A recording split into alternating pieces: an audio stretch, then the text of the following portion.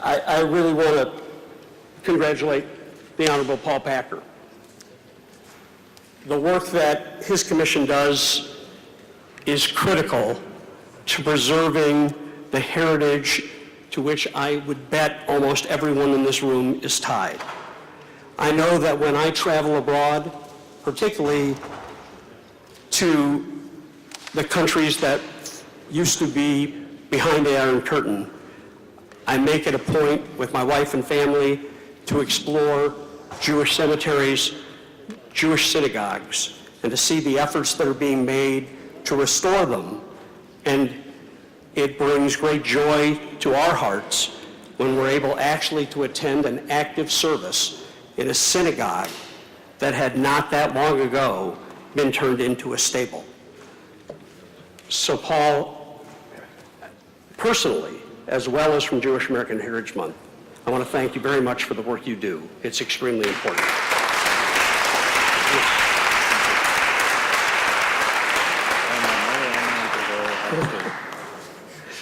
And he's got Buckeyes in his family, even better. As of Paul being an honoree, we are honored to have with us a number of members of the Diplomatic Corps here serving in Washington, D.C. Well, good afternoon, everyone. I'm Congressman John Faso from upstate New York. I just want to say congratulations to all of your honorees here today, especially Paul Packer. And he has been appointed by the President to be the chair of the United States Commission on the Preservation of America's Heritage Abroad. And I know that President Trump feels very strongly and deeply about this, and I'm so pleased that you have taken on this responsibility. An old friend of mine, Gary Levine, is a member of that commission, and he has told me very extensively of the great work of that commission to help preserve Jewish heritage abroad, and it is extraordinarily important for us to participate, and I thank the President for making this appointment. Tim Kaine.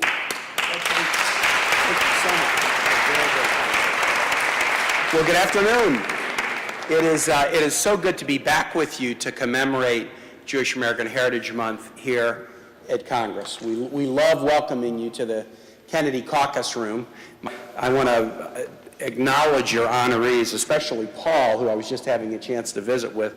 The task of preserving this amazing cultural heritage we have abroad. I've been to U.S. military cemeteries in Tunisia, one of the most beautiful places abroad there is, or legation buildings that were given to the United States by the government of Morocco in the late 1700s. Just the cultural treasures of the United States abroad are vast.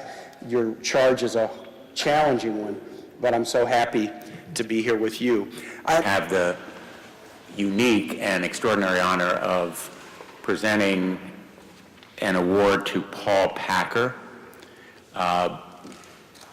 This award, like this organization, is truly bipartisan. As you know, it was President Bush who established this month as Jewish Heritage Month, and it has been a shared bipartisan tradition that we support. So I am really proud and honored to present to Paul Packer this award honoring his extraordinary service to this organization, to this cause, but also to the United States. Truly a national legacy that he is leaving, and this honor is very, very well deserved. Thank you.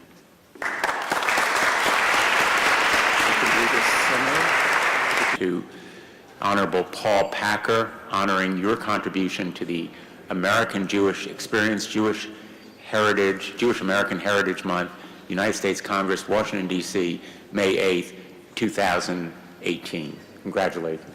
Thank you.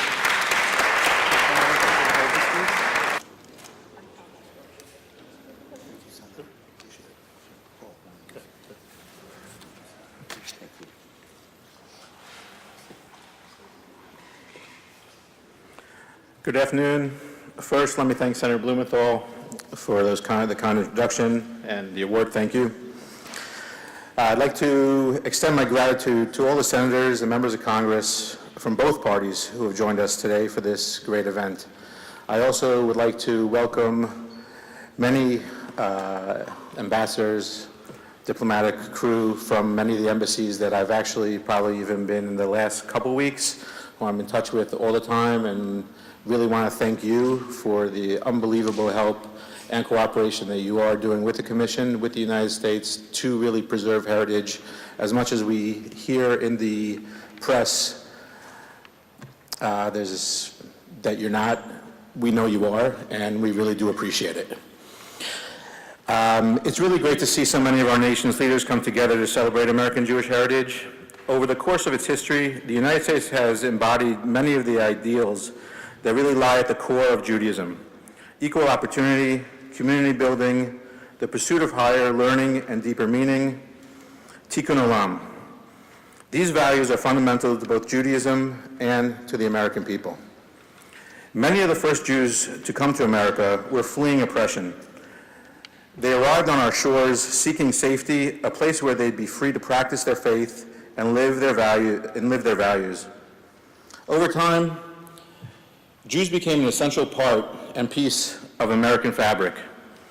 From playing a key role in the civil rights movement to our contributions in American art, music, literature, and culture, American Jews have played an outsized role in shaping the country that we know, love, and respect.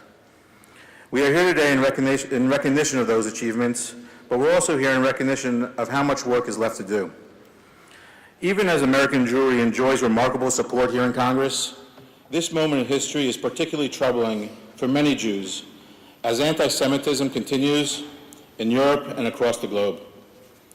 When President Reagan established our commission 35 years ago, his goal was to ensure that historic sites with significance to American Jewish community are protected and preserved.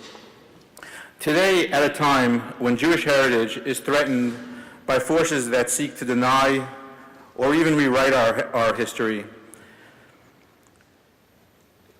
we've all come here to really celebrate what our heritage is about and where we've come from, and really to tell the rest of the world it's not going away. The fact is, most of us in this room have been lucky. I've lived my entire life in a country that not only allows me to celebrate my heritage, but includes it as a part of the nation's mosaic. This land of opportunity has allowed me not only to provide for my family, but to turn my hard work and good fortune into something much greater through communal and public services. But this moment in history demands more. It demands a higher level of service from all of us in the name of rejecting hate and combating cultural and religious intolerance. It demands that those of us who have enjoyed the freedom to embrace our heritage must lift up those who have been less fortunate. And it demands that we unite as a country around our shared history and work together to ensure its preservation for our children and our children's children. Our work is not partisan, it's not Republican, it's not Democrat, it's universal. No matter the politics or religiosity of anyone in this room, I hope we can all agree that if we don't care about our heritage, nobody else will.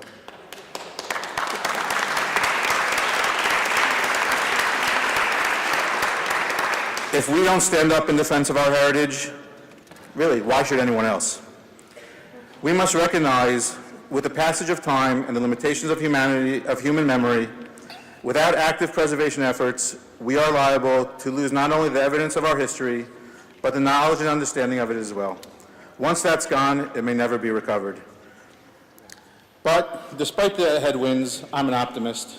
Standing here today, seeing the strong support for American Jewry in this room, I'm filled with hope for the future. At the heart of the Commission and my work as its chairman lies a commitment to this nation and its history and the heritage of all Americans. Today, even during a challenging and polarizing time in our country, I feel a renewed faith that we can unite in recognition of our shared heritage and the importance of preserving it for generations to come. Thank you. God bless you. God bless America. Thank you again.